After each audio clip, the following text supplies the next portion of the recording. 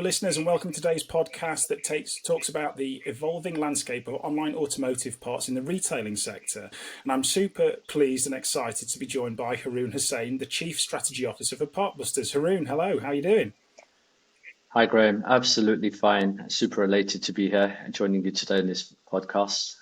Looking forward to sharing some of our insights with you today. Fantastic. So one of the first things that we do with our guests is we want to know a little bit more about you and a little bit more about the company that you run or you work with, essentially. So if we can give us a bit of a background about yourself and Partbusters, that'd be super interesting.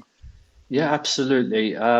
Myself, Haroon Hussain, been in and out of the automotive industry throughout my whole life because my father, he's got a very long, extensive history in automotive. He had a chain of body shop garages, which he then moved on to actually manufacturing in Taiwan, which he done for a few years and then retired. Partbusters was something that my younger brothers had started up themselves in terms of remanufacturing, resuming the body panels production line. And they done really well within the first years. They exceeded the 1 million turnover, which led to us family members coming back onto the Partbusters project and applying all our expertise and knowledge and networks, everything that we've gained over the years. So whilst my father took a break from the automotive, I worked for 11 years between the UK and Saudi governments on governance compliance, which led me to work with 25 other countries on trade, etc. And then our other family member, Nick Bassi, who's a founder of Child's Play Clothing, which reached the world's #1 status in fashion, children's fashion, again through very aggressive social engagement models. Those are the things that we're implementing into Partbusters today. So my role at Partbusters is strategy.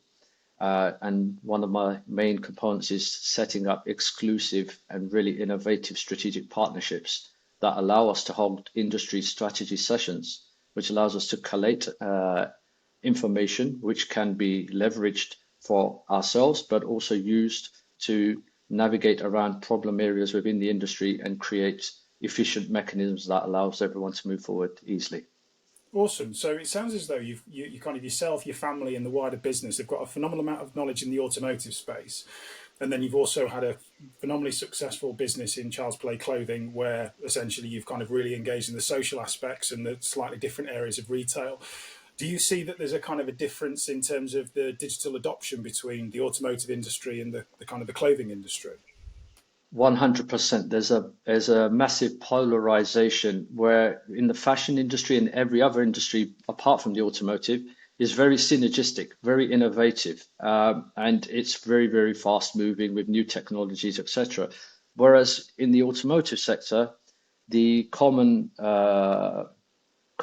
sort of thought is that it's very antiquated, very old, and that's particularly because brands have been very protectionism based, where they're thinking that they're protecting their legacy, and whereas ourselves we come in and we propose a new model where we say legacy protection is no longer going to work because we use the example of champion spark plugs when Ayrton Senna was the world champion in the 80s and 90s. The main methodology of engagement with the industry was Formula One. When Ayrton Senna passed away, Champion removed the sponsorship, which you got to remember at that time, every factory, every combustion engine that rolled out of a factory had a Champion spark plug in there. Now, when they removed their engagement, that created a power vacuum, a hole which was filled by people like NGK, Bosch, Denso Saab, Spitfire. Now every brand has a stake in the spark plug sector. So we use that as an example to say, hey guys, in today's time and age, there's so many efficiencies and platforms and opportunities available where your old model of protecting legacy no longer works because it's very easy for startup to white label and to use, marketplaces for increased exposure, to use 3PL companies to provide you solutions in actually shipping in areas where you don't have shipping services or expanding into countries where you don't have presence. So it's very easy.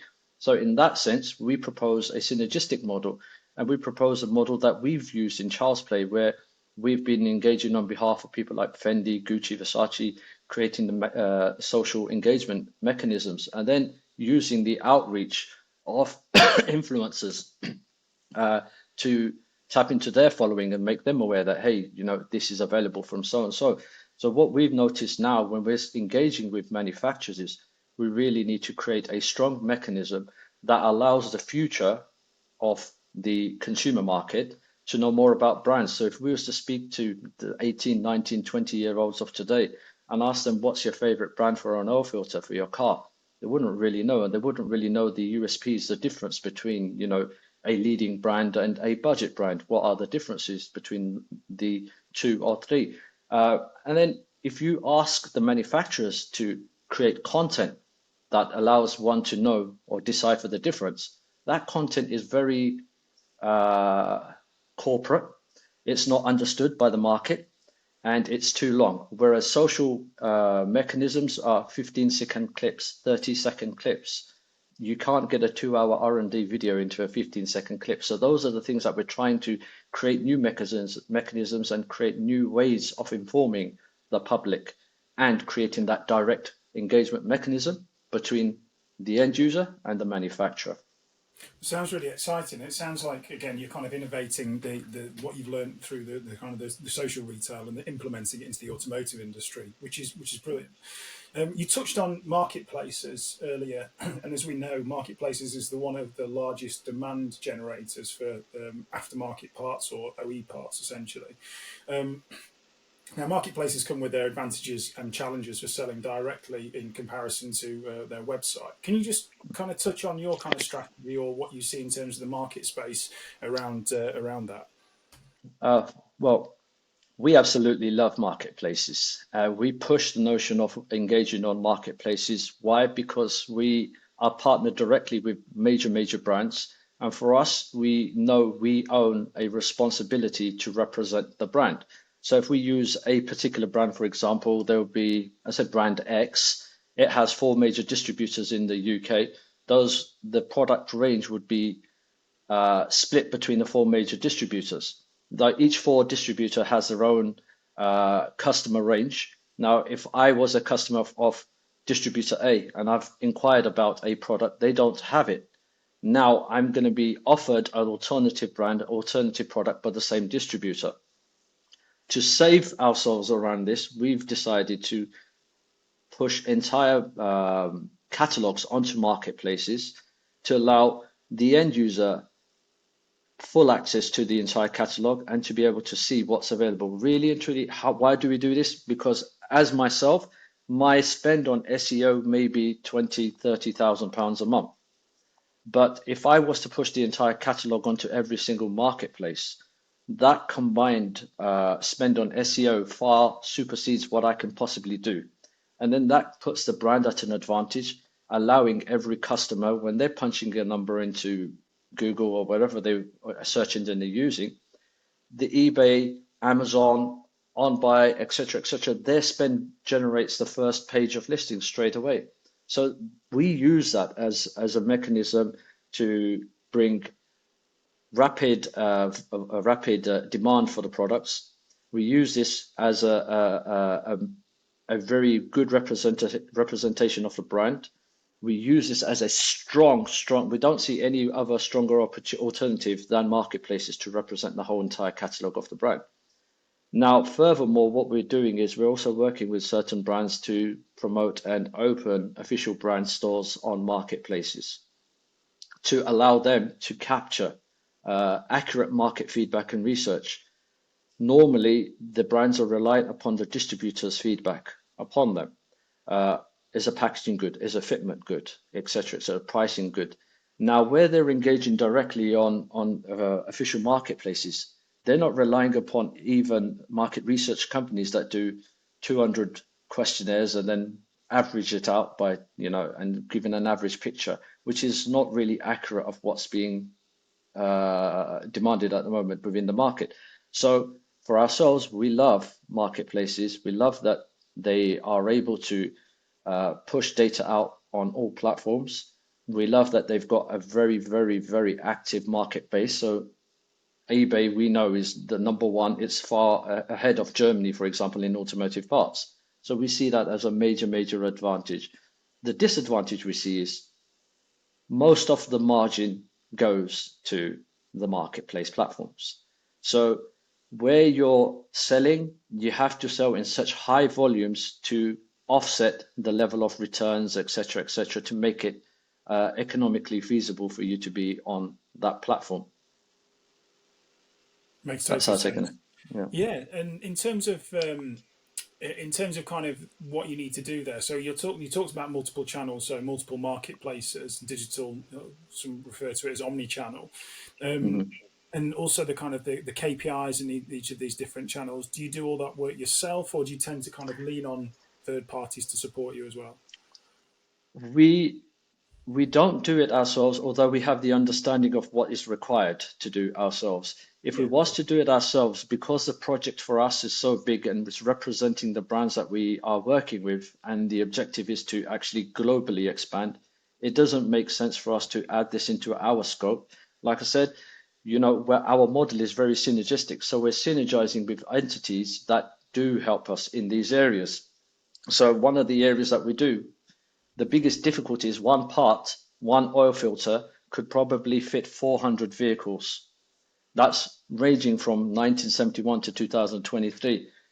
What we do with such partners or marketplaces is we expand the listings. We don't apply K types. So rather than have one listing for one oil filter with 400 K types attached to it, we work with certain partners that actually expand the listings and make that one fitment into 400 listings, which is then appreciated by our customers because the customers on the marketplaces are more than often not garage owners or technicians or mechanics. So when they're punching in an oil filter for their vehicle, they're probably writing oil filter Ford Fiesta 2007 1000cc 1994. So when we're creating titles on that side, we're able to see that there is a demand, but we're also able to confirm the success of this model by looking at the level of returns. The level of returns is far lower when we adopt this mechanism rather than having one standard listing with 400. There, the level of customer satisfaction is lower. And now, when we're focusing on brands, the non fitment, that bad experience, it may be from us on the data, but it also rubs off on the brand that they've purchased subliminally. So we're trying to do everything we prudently can to make sure that the information we have given there is as accurate as possible. And that cannot be done by ourselves. It can only be done by having partners out there that work on marketplaces. There are a couple. There's one that we use that's very, very good. And you know what? I tell you what, the results speak for themselves, and it really does make a lot of difference. Excellent. So, I mean, fundamentally, what I'm hearing is that within those channels that you need to essentially kind of put the products forward, have a good customer service, have a good customer experience, reduce the returns rate from a seller rate and make it as profitable as possible. So in essence, kind of building out the best in match channel profiles so that you can reduce returns, gain the highest amount of sales, gain the highest amount of margin. The kind of the versus that of SEO or PPC content currently Mhm. outweighs the risk of essentially listing onto marketplaces. Absolutely. And to add on top of that, it's actually providing a structure that's not there previously. Because if you had that structure there previously, you would have mechanisms in there to adopt this, and you would be expanding your listings, etc. in a way. So the structure that's provided, the support that's provided is a mechanism that allows you to move forward, but that doesn't mean as a store owner that you put your entire faith and trust into somebody you're working with. You need to have a plan yourself, a vision which you need to share, and have regular meetings with those partners, and make sure you're constantly working towards the milestones that you set yourselves. Okay, so we've Mm. touched on a few components around what's kind of current and existing in terms of channels. How is Partbusters gearing up to stay ahead of the curve and address future consumer needs? That's where we've been working over the last 3 years. We've been setting very, very exclusive and innovative strategic partnerships. So one thing we do, we hold 2 or 3 strategy sessions a year, and that's in our building, in our head office, with the brands directly. These strategy sessions tap on everything from possible future problems like lockdowns and COVID, raw material shortages, etc., expansion plans, certain problems in certain markets, certain countries. Those sort of strategy sessions allow us to gain information and use that within our knowledge bank to leverage and position ourselves to be ahead of the curve. Now, that's one mechanism. The second mechanism is actually moving forward into the new day and age, which was enforced upon us through the COVID lockdowns, because pre-COVID, the market was 60% physical and 40% online. Now, due to the lockdowns, it was forced to go 100% online, which put a massive, massive effect on resourcing and logistics to everything across the whole spectrum of the industry. It allowed a lot to adapt and move forward, but what it's done is it's brought something forward which people thought would happen in the next 5 to 10 years' time. So now where we're seeing ourselves, we were already prepared to work on marketplaces, omni-channel approach, set the strategies and partnerships with the brands. We're now working on synergizing with logistics entities. So for ourselves, we see ourselves as somebody that's introducing future initiatives, but not alone. Those future initiatives are being manifested in collaboration with industry stakeholders. So that's given us a lot of strength and confidence in moving forward. Awesome. And in terms of kind of insights in terms of how people are shopping now, you read about in-car customer transactions. We see that platforms like eBay are facilitating this transformation in terms of the kind of the click and fit option for tires. What do you see in terms of how that's enveloping, and what are Partbusters doing as part of that kind of journey? So for us, this is absolutely brilliant. We love what everybody's doing. Like we said, we're synergistic. So the technology that we always push and create is always headless. So it's very, very, very easy for us to tie into new innovations, new systems, new platforms, and that allows us to constantly move forward. So what we see with eBay, the click and collect, and the fitments options, we're always open to looking at how good they work and trialing these. And if it works and it makes the customer experience better, then why not? Because the whole essence of increasing sales and interaction is always focused on speed, fitment, and accuracy. So if we're able to constantly work and somebody's always innovating on that, we always want to know and see if we can plug that into our system. Our focus as a business is always constant on innovation, looking at new innovations, looking at what we can do, taking in feedback, and introducing them. So as such, we're really introducing something new towards the end of this year, which is a business-to-business tablet system for the garage industry. But that is something that's going to be noted down as one of the first consolidators of the industry. So what we have there is a platform that has product feeds from ourselves, but also our competitors and all the major distributors in the UK.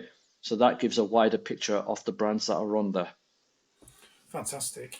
I've really enjoyed the session so far. I've got a bit of a question for you. It's a bit of a left field question that we like Okay. to our podcast interviewees. What was your first car or most memorable car that you've owned to date?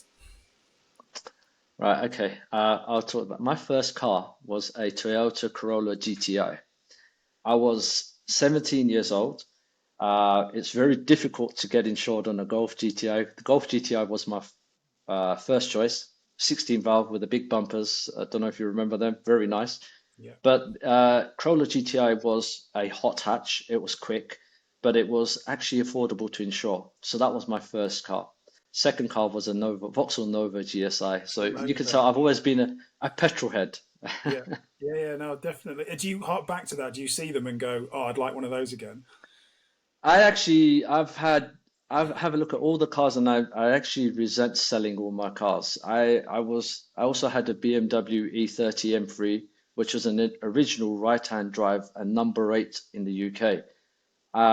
If you hear the story of how much I sold it for and what I sold it for, you know Yeah. what, you end up kicking yourself. It's like, why do you do this? But it's there, it's in the past. But I love vehicles. I do look like some of the EV vehicles, but for myself, I'm particularly fond of combustion engines. There's something in there that I love about it. Yeah.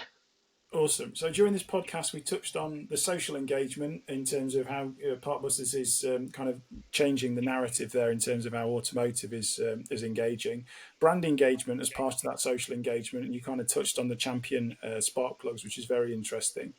The advantages and kind of things that you need to consider when you engage on marketplaces, future consumer needs, strategic campaigns specifically with those brands that you're talking to, and then things like the enveloping and developing of click and collect and click and fit. Hugely enjoyed it today, Haroon. Really appreciate you taking your time. If our listeners want to kind of find more about Partbusters or from yourself, what's the best way for them to get in touch?